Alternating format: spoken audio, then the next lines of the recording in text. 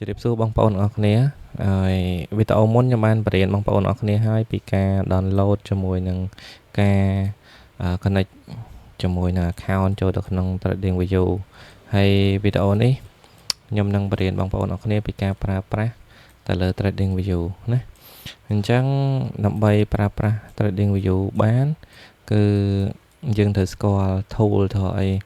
មួយចំនួនជាមួយនឹងការប្រើប្រាស់ time frame ជាមួយនឹងហើយការដាក់ indicator មួយចំនួនណាអញ្ចឹងខ្ញុំសូមចាប់ផ្ដើមពីការប្រើប្រាស់ time frame មុនណាអីទៅជា time frame ទៅលើ TradingView គឺនេះបើសិនជាយើងមើលទៅគឺលើនាទីលើអីនេះគេហៅថា time frame ណាខ្លះខ្ញុំដាក់ម៉ៅហ្នឹងគឺ time frame ហ្នឹងហើយវា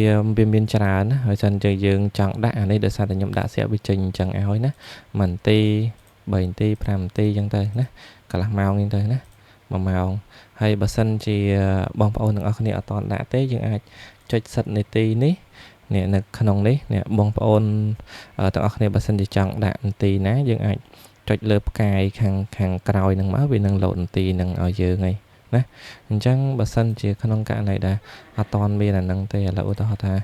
យើងដក3នាទីនេះចេញណាចុចលើផ្កាយនេះបាត់ហើយ3នាទីឃើញបាត់ហើយអញ្ចឹងយើងចង់ដាក់វិញចុចវិញមក4នាទីខ្ញុំដកចេញណាអូខេអញ្ចឹងអាហ្នឹងជា time frame ណាហើយយើងអាចកែ time frame បានណា weekly ក៏បានណាយើងអាចកែមក daily ណាថ្ងៃ4ម៉ោង1ម៉ោងតាមដែលបងប្អូនទាំងអស់គ្នាanalyze ណាហើយក៏បងប្អូនទាំងអស់គ្នារៀនណាអញ្ចឹងអានេះគឺជាកែទៅលើនាទីហើយខាងនេះគឺកែទៅលើ pair ណាបើសិនជាបងប្អូនចង់ប្រើប្រាស់ pair អីគឺយើងចុចមកលើនេះមកនេះហើយខ្ញុំចុចលើនេះណាឥឡូវខ្ញុំទៅមើលលើអានេះខ្ញុំមើលទៅលើ gold ខ្ញុំទៅមើលលើ silver អញ្ចឹងចុច silver មកអូខេបងចុច silver ណាចេញ silver នេះ silver មកចូលនេះ silver ទាំងអស់ណាចេញទៅសារខ្ញុំប្រើប្រាស់នេះខ្ញុំចុចអានេះនេះ silver ណាអញ្ចឹងយើងអាចមើលចាក់ស្ដែងណា silver អូខេយើងចង់ដាក់ pair អីយើងដាក់ pair ហ្នឹងទៅដូច GBP JPY អីហ្នឹងទៅណា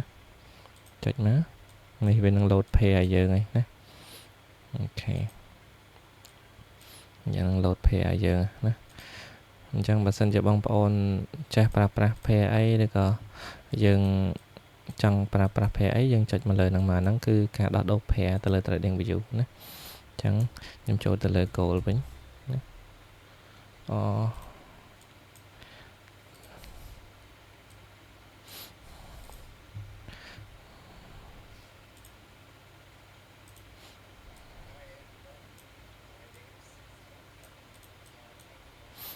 ខេអញ្ចឹងខ្ញុំចូលទៅលើ goal វិញ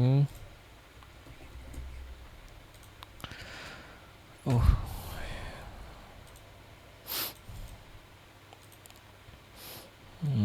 ចាអញ្ចឹងអានេះជាការដោះដូរ pair យើងចង់ដាក់ pair អីដាក់ pair ហ្នឹងទៅណាអានេះ time frame ទេហើយជួរលើនេះគឺយើងមើលទៅលើ graph យើងចង់បានជា candle ឬក៏ចង់បានជាលើ line ពេលយើងចុចលើ line វា load line ចាឲ្យណាឃើញទេបើសិនយើងចង់យក candle យើងចុច candle មកណាឬក៏អីគេ Hankin AC នេះណាយើងចេះមើលអាណាយើងចង់មើលអាណាយើងមើលហ្នឹងទៅណាគាត់តែខ្ញុំយក candle សួរមើលណាអញ្ចឹងមកបន្តមកទៀតនេះ indicator ណា indicator បើសិនជាបងប្អូនទាំងអស់គ្នាចេះប្រើ indicator អីយើងដាក់អាហ្នឹងមកឥឡូវឧទាហរណ៍ថាខ្ញុំដាក់ RSI ឲ្យមួយនេះ RSI ផ្កាយមកចុចវាលើនឹងមួយនឹងវា load RSI ឲ្យយើងនៅ Chrome នេះអូខេ indicator RSI ណា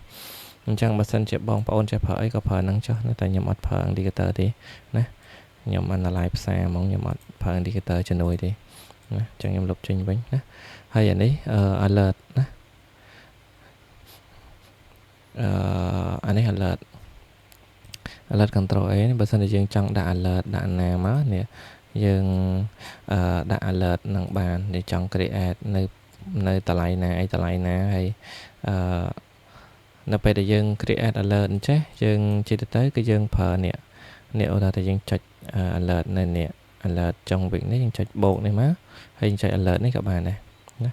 អញ្ចឹងវានឹងចុច alert ឲ្យយើងហ្នឹងអញ្ចឹងនៅពេលដែលប្រាយនឹងមកដល់តម្លៃហ្នឹងវានឹង alert ឲ្យយើងដឹងមកមិនបាច់យើងអង្គុយមើលណាលុបចេញអូខេខ្ញុំលុបចេញឥឡូវថាខ្ញុំដាក់ alert នៅលើនេះព្រោះខ្ញុំដាក់ TP នៅនេះអូខេ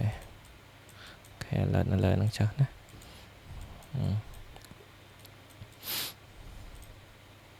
អូខេអញ្ចឹងបន្តមកទៀតអានេះបារ reply អានេះដូចយើង back test អញ្ចឹងយើងអាចថយមកក្រោយ back test អីបានជាក់ស្ដែងណាហើយយើង back test យើងអីចឹងទៅណាអញ្ចឹងយើងអាចដាក់បារ reply មកហើយមានសារទៅមុខណាសារទៅមុខហើយនេះកំណត់ប្រមាណយើងសារមើលតាមជាក់ស្ដែងទៅអានេះយើងអាចឲ្យវាដើរមក candle ប្រមាណទីយើងអាចជាក់ស្ដែងណាឧទាហរណ៍ថាអញ្ចេះហើយយើង reply ឬក៏យើង back test ថាប៉ុណ្ណេះចុះប៉ុណ្ណេះចឹងចុះឧទាហរណ៍ចឹងទៅយើងចុច reply មកណានៅពេលចុច reply ចឹងទៅវាដើរណាឬក៏យើងចង់ដូរក៏បានដែរ5-10នាទីលឿនចឹងអាហ្នឹងយើងអាច reply បានណានេះគាត់តែជាឧទាហរណ៍ទេណាអញ្ចឹងដើម្បីបិទទៅវិញយើងអាចចុចអានេះក៏បានចុចខ្វែងខាងនេះក៏បានបិទវិញមក lift អូខេអញ្ចឹងបន្តមកទៀតអានេះថយក្រោយណាថយក្រោយថាយើងថាខ្ញុំបើកអានេះមួយចុះណាអញ្ចឹងខ្ញុំទាញថាវាទាញចេះអញ្ចឹងដល់វាចុចថយក្រោយវានឹងលោតទៅវិញណាហើយអាហ្នឹងប្រហែលជាបងប្អូនយល់ហើយអញ្ចឹងចេញលុបចេញវិញមកណាអញ្ចឹងបន្តមកទៀតប្រអប់នេះគឺយើងដាក់ pair compare គ្នាណាបើសិនជាយើងចង់មើលឧទាហរណ៍ថាខ្ញុំមើល gold ជាមួយនឹង silver អញ្ចឹងខ្ញុំដាក់អានេះ pair ជាមួយនឹង silver ទៅនេះ pair មួយ silver ណា pair មួយ silver ឬក៏យើងចង់ដូរ pair នេះយើងចុចក្រោយយើងចុចលើអា tab ខាងនេះមកយើងចុចដូរ pair មកណាយើងចុចដូរ pair វានឹងដូរឲ្យយើងចង់មើលប្រៀបធៀបមួយអីឬក៏ចង់ប្រៀបធៀបមើលជាមួយនឹងដុល្លារមើលអីយើងមើលទៅណាអញ្ចឹងខ្ញុំយកមក pair វិញអូខេចឹងបន្តមកទៀតអានេះsetting ណា setting មួយចំនួនហើយដល់លើនេះខ្ញុំក៏បានបរៀនឲ្យដែរជាមួយនឹងទូរស័ព្ទដៃហើយជាមួយនឹងកុំព្យូទ័រដូចជាមិនមានអីជាខុសគ្នាអីហ្មងទេណាវាស្តៀងតែគ្នាទេណាអញ្ចឹងបើសិនជាបងប្អូនចង់ឲ្យខ្ញុំបរៀនពី setting មួយចំនួននៅលើ TradingView ឬក៏អីទៀតអាច comment នេះទៅខ្ញុំនឹងចេញវីដេអូបរៀនបន្ថែមទៅលើនឹងការដូរ setting ដូរ background ដូរ candle ដូរអីនេះណាអញ្ចឹងអានេះ screenshot ណាក៏អានេះ full screen ណាយើងចុចទៅវា full screen ណា full screen តែវាបាត់នេះរបស់យើងអស់អញ្ចឹងយើងចុច exit មកវិញវាមកវិញណាអានេះយើង take picture ណាយើង take picture អញ្ចឹងយើងឧទាហរណ៍ថាយើង analyze អញ្ចឹងហើយយើងថតមកប៉ុស្តិ៍ទុកយើងថតអាហ្នឹងបានណាអញ្ចឹងមកដល់ជួរខាងលើខាងនេះវិញគឺជា tool ដែលយើងប្រើណាជា tool ដែលយើងប្រើសម្រាប់គូសទៅលើ graph ឬក៏គូសចំណាំគូអីដូចពួកខ្ញុំប្រើ ICT អញ្ចឹងគឺយើងប្រើ graph ទាំងអស់ហ្នឹងដើម្បីគូសហើយgraph ពួកហ្នឹងយើងចុចនេះសញ្ញាព្រួយនេះមកវានឹងមានច្រើននៅក្នុងនោះទៀតណានេះយើងពេលយើងចុចមកវានឹងមានច្រើនក្នុងនោះប៉ុន្តែយើងមិនប្រើទាំងអស់ទេណាយើងប្រើតែ graph ណាដែលយើងចេះប្រើឬក៏graph ណាដែលយើងអាសាប្រើតែអញ្ចឹងដើម្បីដាក់អា graph ទាំងអស់ហ្នឹងមកឲ្យស្រួលណាឬក៏យើងស្រួលចុចយើងបាច់មិនហ្នឹងនេះឲ្យវាលោតអញ្ចឹងនេះលោតផ្ទាំងមកអញ្ចឹងណាអញ្ចឹងយើងគ្រាន់តែចុចពីលើនេះមកណាឧទាហរណ៍ថាចុចនេះសញ្ញាព្រួយនេះមកហើយយើងចង់បានអាណាយើងគ្រាន់ដាក់ផ្កាយហ្នឹងមកនេះដល់ពេលដាក់ផ្កាយគឺវាលោតមកណាអញ្ចឹងយើងចង់ដកវិញបានណាអូខេនេះដាក់វិញបានអូខេហើយនេះ tool ទាំងអស់ដែលខ្ញុំប្រើណាប៉ុណ្ណឹងជាមួយនឹងអានេះមកជួរខាងលើនេះជា tool ណាពេលមកកដាត់ប្រអប់នេះទៅជា tool ណានេះអញ្ចឹងមកដល់ column នេះ tick អសយើងអាចដាក់លើអសដាក់អីវាយអសវាយអីបាននៅលើហ្នឹងណាថាវាយអីចឹងទេណាដូរ color ពណ៌ខ្មៅហ្នឹងណាអូខេខ្មៅណា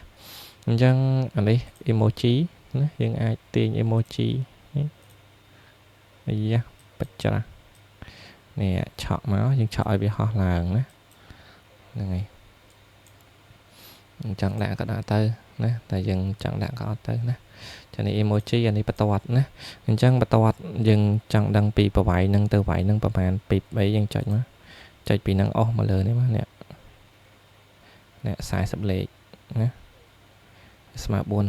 400ពីបនេះ43លេខណាចឹង400ពីបអូខេពងឡើងអូខេហើយ portion ខ្ញុំបានចូលពីនឹងទេណាបន្តមកទៀតអានេះzoom in zoom out ទេណាអានេះគឺយើងអត់ប្រើទេអានេះ lock ហ្នឹងមាន lock ទាំងអស់គឺយើងអត់អង្គលបានទេយើងចុច lock ហ្នឹងមកគឺអាទាំងអស់ហ្នឹងអត់អង្គលអត់បានទេនេះអង្គលអត់បានទេណាអញ្ចឹងបើសិនយើងដោះ lock វិញយើងអង្គលបានណាឃើញទេថយក្រោយ control set មកថយក្រោយអានេះយើងបិទនេះអាកន្លែងភ្នែកនេះគឺយើងបិទ indicator ទាំងអស់ណាយើងអត់ចង់បើកយើងបិទទាំងអស់ទៅណាបិទទាំងអស់ក៏បានណាហើយក្រោមនេះ delete ណា delete ហ្នឹងវាមានពាក្យ delete drawing ឬក៏ delete indicator ឬក៏ delete ទាំងអស់អូខេអញ្ចឹងដូចជាប៉ុណ្្នឹងទេដូចឲ្យមានអីច្រើនពីហ្នឹងទេណាចឹងអានេះ tool បរៀនហើយអានេះបរៀនហើយ time frame ក៏បរៀនហើយអស់ហើយណាអាការនេះគឺជាតម្លៃណាតម្លៃដែលផ្សាររត់ផ្សាយហ្នឹងអញ្ចឹងអត់មានអីត្រូវប្រាប់ច្រើនទេអញ្ចឹងតែប៉ុណ្្នឹងទេណាហើយផ្កាយនេះយើង show favorite នេះយើង show នេះអត់ណាពេលយើងបើសិនយើងបិទបាត់អញ្ចឹងយើងបើកវិញវា load មកវិញណាអូខេប៉ុណ្ណឹងណាចានេះគឺជា tool ទាំងអស់ក្នុងការប្រើប្រាស់ទៅលើហើយ trading view ហើយខាងនេះគឺអត់ប្រើទេ alert នេះសិតតាមានឲ្យអស់ទេណាអញ្ចឹងយើងអត់មានប្រើអីអាហ្នឹងទេអញ្ចឹងយើងប្រើតែប៉ុណ្្នឹងទេហើយវីដេអូហ្នឹងមានប៉ុណ្្នឹងអញ្ចឹងបើសិនជាបងប្អូនមានចង្អល់អីអាច comment ណាឬក៏អាចសាកសួរមកខ្ញុំផ្ទាល់ក៏បានដែរណាអញ្ចឹងអរគុណអ្នកនរគ្នា